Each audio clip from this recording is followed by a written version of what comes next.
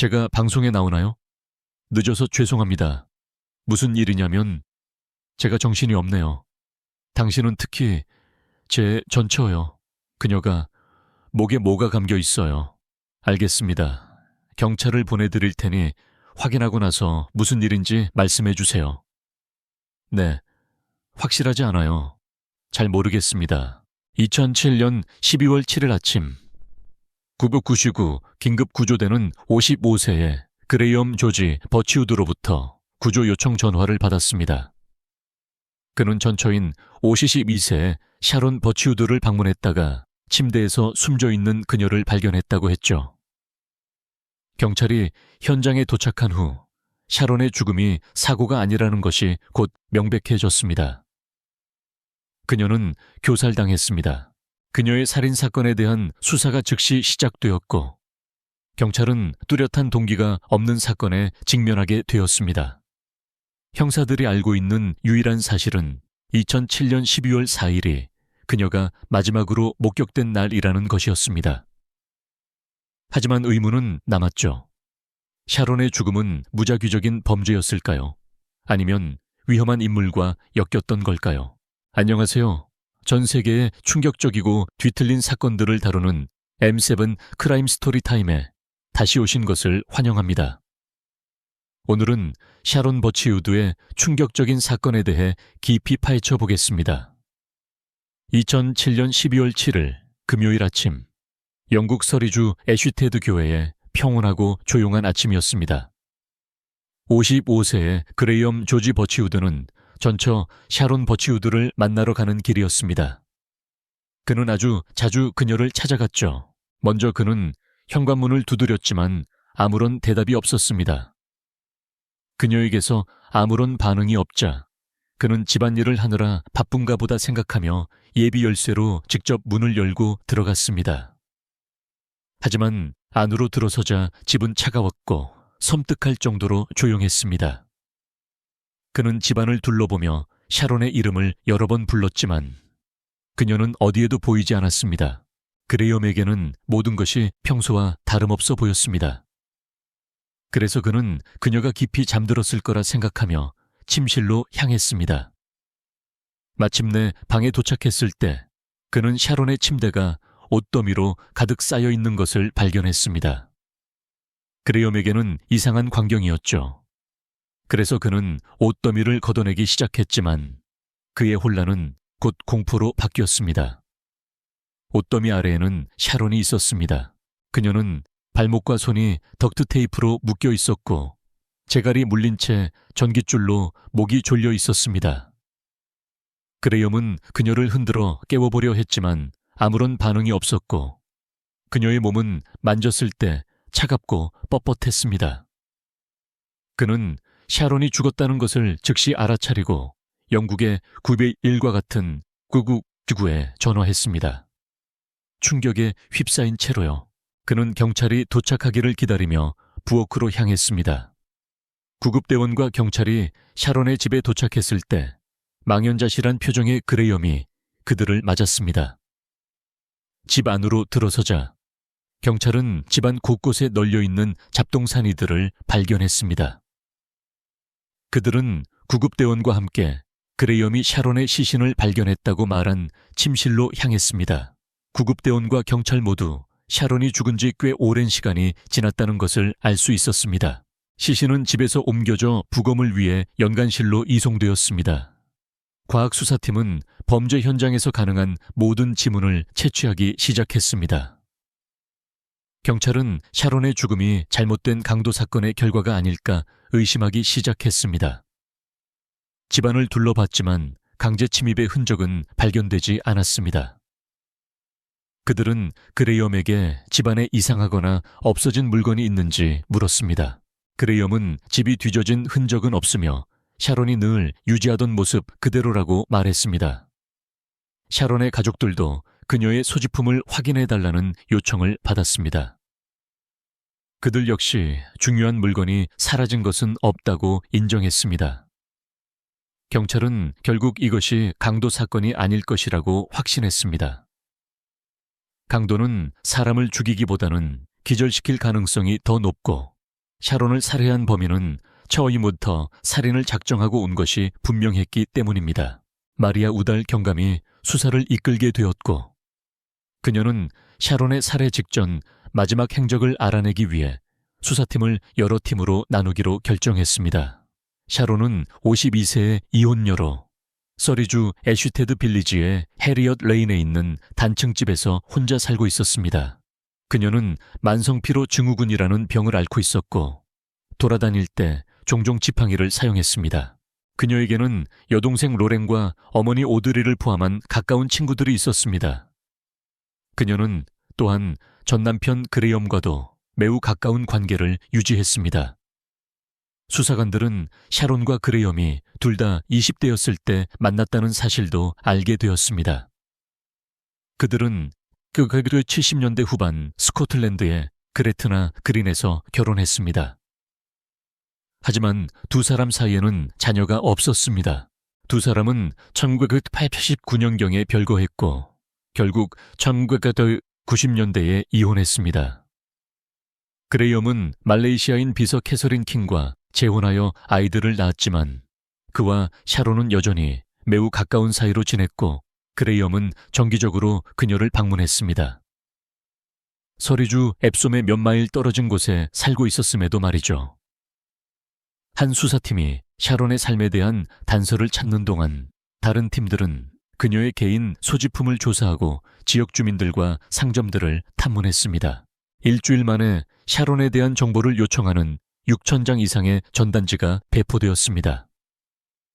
많은 목격자들이 2007년 12월 4일 화요일에 샤론이 외출한 것을 봤다고 말했습니다.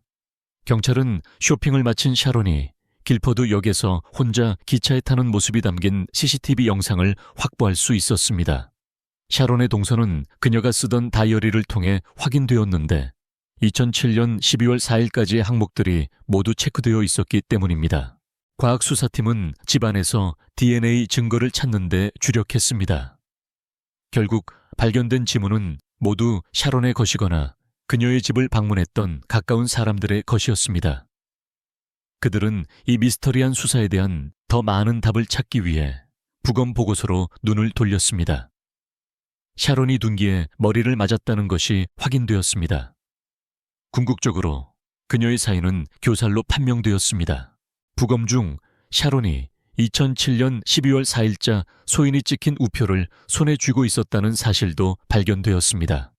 그녀의 손과 발목을 묶는 데 사용된 테이프는 DNA 검사를 위해 연구실로 보내졌습니다.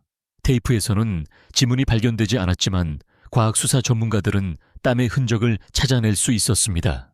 이 DNA 증거를 검사하여 신원 미상 남성의 DNA 프로필을 확보했습니다. 사건은 점점 더 뜨거워지기 시작했습니다. 경찰은 샤론이 쇼핑을 마치고 집에 돌아온 직후 살해되었을 것으로 추정했고 이는 범행 가능 날짜를 특정하게 해주었습니다. 또한 남성의 DNA도 확보한 상태였죠. 수사관들은 샤론의 살인범 정체를 밝히는데 한 걸음 더 다가섰다고 믿었습니다. 그들은 지금까지 경찰에 최대한의 정보를 제공해온 그레이엄에게 주목했습니다. 수사 내내 그레이엄은 기꺼이 수사관들과 대화하며 샤론에 관해 기억나는 모든 정보를 제공했습니다. 그는 솔직하고 개방적이었지만 샤론의 시신을 발견한 충격으로 트라우마를 겪고 있는 것이 분명해 보였습니다. 저희에게 도움이 될 만한 다른 정보가 또 있을까요?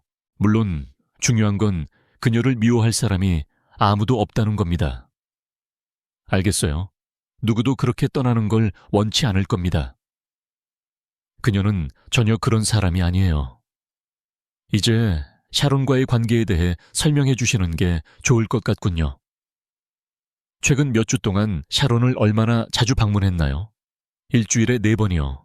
약 10년 동안 함께 하셨고 87년에서 89년 사이에 헤어지셨고요. 그쯤 맞습니다. 네. 그리고 90년대에 이혼하셨죠. 90년대 중반쯤이었을 겁니다. 저희 관계는 끝난 게 아니었어요. 정말입니다. 우린 최고의 친구였죠. 수사관들이 DNA 샘플과 지문 제공을 요청하자 그는 아무런 망설임 없이 응했습니다. 수사에 협조하려는 그레이엄의 태도 덕분에 경찰은 그와 우호적인 관계를 형성할 수 있었습니다. 수사관들은 그의 사생활과 직업에 대해 묻기 시작했습니다. 그레이엄은 자신이 사업가이며 여러 나라에서 다양한 사업을 시작했다고 설명했습니다. 바로 그때 경찰은 그레이엄에게 샤론이 생명보험에 가입했는지 물었습니다. 그는 6만 2천 파운드 상당의 보험이 있다고 인정했습니다. 경찰이 더 깊이 파고들자 그레이엄으로부터 샤론이 유언장을 남겼으며 자신이 유일한 수혜자로 지명되었다는 사실을 알아냈습니다. 이 사실은 그레이엄을 신문하던 경찰관들을 의심하게 만들었습니다. 그들은 이어서 그에게 상당한 빚이 있는지 물었습니다. 그레이엄은 웃으며 자신은 항상 빚에 시달렸고 언제나 샤론이 자신을 구제해줬다고 대답했습니다.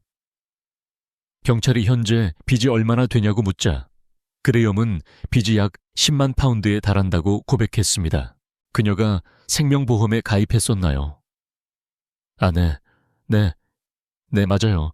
6만 2천 파운드짜리 주택담보대출에 대한 생명보험에 가입했어요.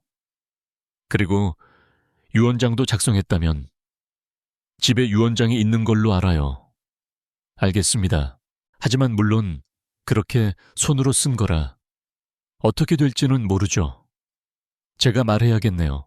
모든 것이 저에게 남겨졌습니다. 모든 것이 당신에게요. 그리고 현재 재정적으로 어떤 상황에 있나요? 빚이 있습니까? 아, 네. 총액이 대략 얼마나 됩니까? 아마 10만 파운드에 가까울 겁니다. 그 순간 그레이엄은 가장 강력한 동기를 가진 유력 용의자가 되었습니다. 샤론이 살해된 추정 날짜를 알게 된 경찰은 2007년 12월 4일에 어디에 있었는지 그레이엄에게 물었습니다. 그레이엄은 크리스마스를 앞두고 쇼핑몰에서 아이쇼핑을 하고 있었다고 설명했습니다. 이 정보를 가지고 경찰은 퍼즐을 맞추기 위해 원점으로 돌아갔습니다. 수사관들은 이제 동기와 용의자를 특정했기에 체포가 임박했다고 확신했지만 곧 그것이 그리 간단한 일이 아니라는 것을 알게 되었습니다. 경찰은 그레이엄이 샤론이 살해된 화요일에 방문했다고 주장한 쇼핑몰인 애슐리 센터의 CCTV 영상을 확보했습니다. 하지만 그레이엄이 자신의 행방에 대해 진실을 말하고 있었다는 사실이 밝혀지자 경찰은 큰 충격을 받았습니다. 그가 동시에 두 곳에 있는 것은 불가능했기 때문입니다. 그들은 그레이엄이 쇼핑몰에서 돌아오는 길에 샤론을 살해했을 가능성에 희망을 걸었습니다. 그들은 그레이엄이 자발적으로 제출한 샘플과 현장의 DNA 프로필을 대조하고 숨죽여 결과를 기다렸습니다. 결과는 두 샘플이 일치하지 않는 것으로 나왔고 그들의 수사는 다시 원점으로 돌아갔습니다. 그레이엄이 아니라면 누가 샤론을 살해할 가장 강력한 동기를 가졌을지 고민에 빠졌습니다. 몇 주가 몇 달로 바뀌면서 시간은 속절없이 흘러갔고 수사에는 여전히 아무런 진전이 없었습니다. 하지만 우달 경감은 새로운 시각이 더 많은 단서를 발견하는 데 도움이 될 것이라 믿고 직접 CCTV 영상을 다시 살펴보기로 결정했습니다. 그녀가 이상하게 생각한 것 중 하나는 그레이엄이 크리스마스가 코앞인 시점에 아이쇼핑을 하고 있었다는 점이었습니다. 연휴까지 시간이 얼마 남지 않은 상황에서 선물을 사려는 사람에게는 평범한 행동이 아니었죠. 그녀는 그레이엄이 다른 사람이 살인을 저지르는 동안 자신을 위한 알리바이를 만들고 있었다고 믿었습니다. 경찰은 다시 한번 그레이엄을 경찰서로 불러 신문했습니다. 이번에는 그의 알리바이를 확실히 하기 위해 그의 통화 기록을 확인하게 해달라고 요청했습니다. 그레이엄은 경찰관들에게 그가 제공한 휴대폰이 유일한 것이며 자신의 주 연락처라고 말했습니다. 수사관들은 그의 휴대폰을 조사했고 통화 기록에서 유독 눈에 띄는 번호 하나를 발견했습니다. 그 번호는 이전에는 통화한 적이 없는 번호였습니다. 하지만 샤론이 살해되기 직전 그 번호로 여러 차례 통화가 이루어졌습니다. 2007년 12월 4일 이후로는 그 특정 번호로 더 이상 통화가 없었습니다. 이는 우달 경감과 그녀의 수사팀에게 의심을 불러 일으켰지만 그들은 그레이엄에게 그 번호의 주인이 누구인지 자백하게 할 방법을 강구해야 했습니다. 그들의 전략은 특정 번호에 도달하기 전에 여러 다른 번호에 대해 묻는 것이었습니다. 이 계략은 성공했고 그레이엄은 그 번호가 태국에서 자신을 방문하러 온 폴이라는 친구의 것이라고 인정했습니다. 그레이엄은 또한 폴이 자신들과 함께 머물렀으며 샤론이 죽기 며칠 전 폴을 데리고 샤론을 방문했다고 밝혔습니다.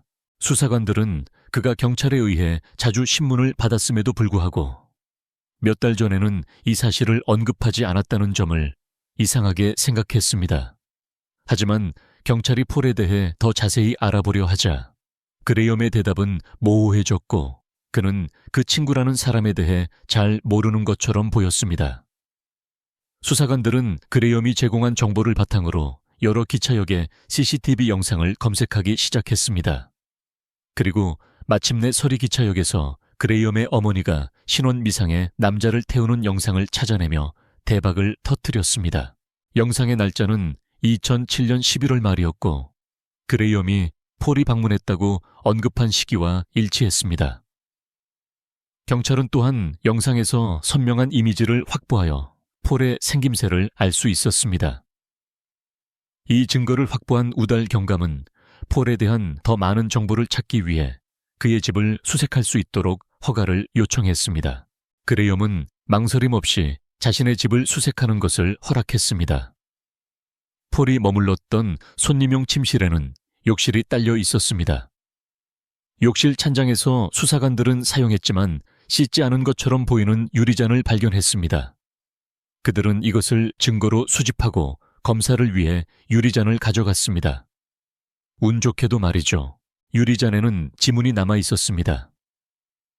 지문을 채취하여 시스템을 통해 조회한 결과 수사관들은 사건의 결정적인 단서를 발견했다는 것을 깨달았습니다. 그 지문은 1972년에 은행 강도 및 납치 혐의로 유죄 판결을 받은 61세의 폴 크라임과 일치했습니다. 이름을 알아낸 후 그들은 폴의 과거와 동선을 추적할 수 있었고 바로 그 폴이 현재 태국에 살고 있다는 것을 확인할 수 있었습니다. 유일한 걸림돌은 70년대에는 범죄자로부터 DNA 샘플을 채취하는 것이 시행되지 않았다는 점이었습니다. 우달 경감과 그녀의 팀은 이번에는 창의적인 방법을 생각해야 했습니다. 폴이 태국에 살고 있었기 때문에 우달 경감은 영국 대사관에 연락하여 샤론의 살인사건 해결에 도움을 요청했습니다. 우달은 또한 비밀리에 사건을 진행하기로 결정하고 한 팀의 사복경찰을 태국으로 보내는 동시에 무슨 일이 일어나고 있는지 모르는 두 번째 팀은 서리에 남겨두었습니다. 이는 그레이엄이 그들의 수사에 대해 어떠한 의심도 품지 않도록 하기 위한 조치였습니다. 태국에서 수사팀은 영국 대사관 대표인 베리 캐니언 및 태국 경찰과 협력했습니다. 사건 해결에 적극적이었던 캐니언은 대사관이 영국 이민자들을 확인한다는 명목으로 폴을 만날 계획을 세웠습니다. 폴은 캐니언과 점심 식사를 하는 것에 동의했고 서리와 태국 경찰 모두 사복을 입고 주변을 순찰했습니다. 그들은 폴이 카페로 오는 것을 기다렸습니다. 점심 식사 자리에서 폴은 캐니언에게 자신의 인생 이야기를 들려주었고 심지어 스노클을 이용한 최장시간 수중 수영으로 기네스 세계 기록을 보유하고 있다고 말했습니다.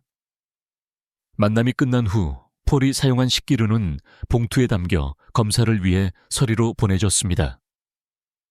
과학수사팀이 폴의 DNA 샘플과 대조하기를 기다리는 동안 긴장되는 시간이 흘렀습니다. 결과가 양성으로 나오자 수사관들은 살인범을 찾았다는 것을 알았습니다. 하지만 의문은 남았습니다. 샤론과 폴 사이에는 어떤 연관성이 있었을까요? 수사관들은 폴과 샤론 사이에 아무런 연관이 없다고 확신했지만 여전히 절대적으로 확실하게 할 필요가 있었습니다. 몇 달이 지났고 경찰은 여전히 샤론의 소지품을 샅샅이 뒤지며 그녀와 폴의 가능한 연관성에 대한 단서를 찾고 있었습니다. 바로 그때 그들은 샤론이 집안에 여러 종이와 공책에 남긴 작은 메모들을 발견했습니다. 이 메모들 중 상당수는 그레이엄에 관한 것이었습니다.